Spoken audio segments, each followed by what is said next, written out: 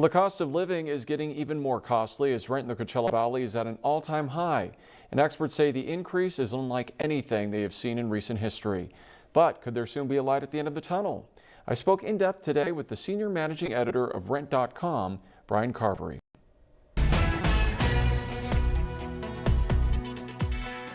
Brian, first off, tell us about rising rents here in the Coachella Valley and tell us some specific numbers. Yeah, rents are up in the Coachella Valley just like they are nationally. Rent prices really everywhere are kind of skyrocketing right now. In the Coachella Valley, if you look at Palm Springs, for instance, you're seeing an increase of about 30% for a one-bedroom apartment. Now, that average rent is a little bit below what we're seeing in some of the other cities in the area, which I guess is some good news for people, but it is all relative because you are seeing that rent increase.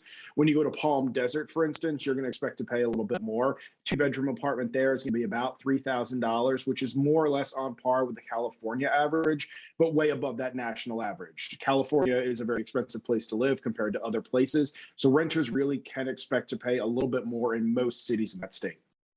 Why are rental prices going up? And if you could put this in perspective for us, Brian, how does this compare to just a few years ago? So rent prices are up right now just because the demand for an apartment is so high, and that's the primary factor that we're seeing. Now, there are going to be other factors as well, other microeconomic trends in certain markets that we may see in one place that we're not going to see in another, but it really just does boil down to that demand and that competition. There are more renters on the market looking for units and just fewer inventory available, less inventory available because not a lot of people are moving right now.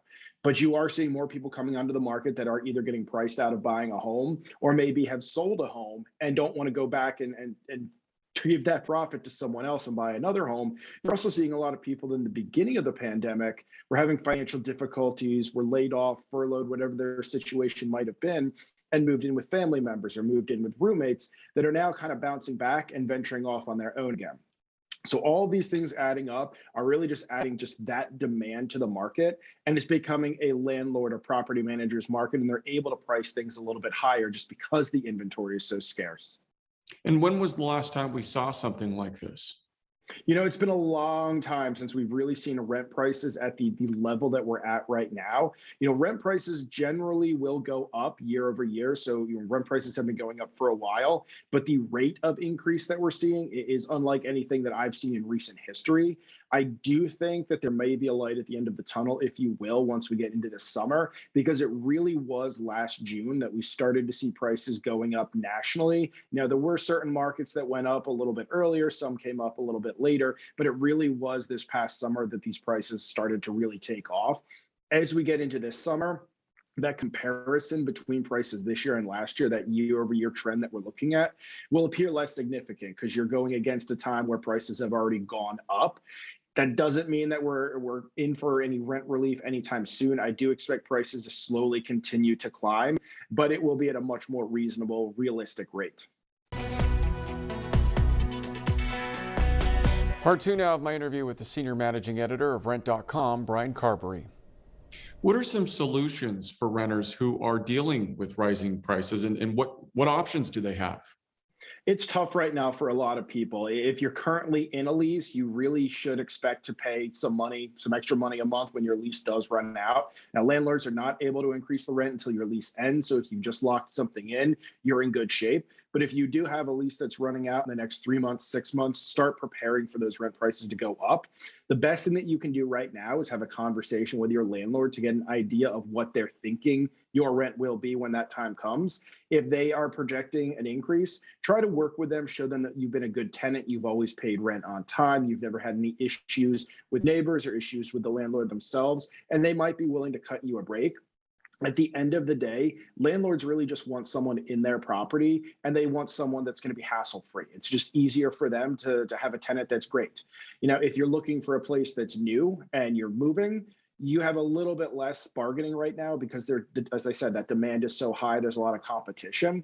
Some of the things that you can do are consider rather than a 12-month lease, consider a 24-month lease and lock in that longer rate. Again, a landlord at the end of the day just wants someone in their unit. And if you can lock in 2 years versus one, it could be beneficial for you. You do have to consider, though, that if prices do go down in a year, you're locked in at that higher rate and you may end up paying a little bit more. And then lastly, one of the things you can do is take a look at some of the amenities that are being offered as part of your rent, whether that's an upgraded unit or something with parking if you don't have a car. Consider these wants versus needs. And if you don't need a completely updated unit and you're fine with older appliances or older carpet or whatever it might be, see if a landlord has a unit like that they'd be willing to give you a little bit of a break on the rent.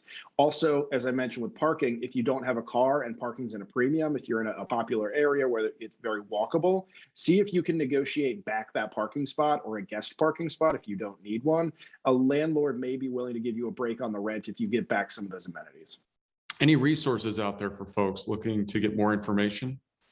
The best thing that you can do if you're having financial difficulty, you're having trouble paying rent, is really do some homework and look at your local area and see what programs are available. And if you need more assistance on tips and advice on how to survive right now with high rent prices and really inflation or costs going up all across the board, we have plenty of resources on our site. So that's www.rent.com/blog, and you'll be able to find lots of information that'll help you out. All right, Brian, we appreciate your time. Thanks for joining us. Thank you.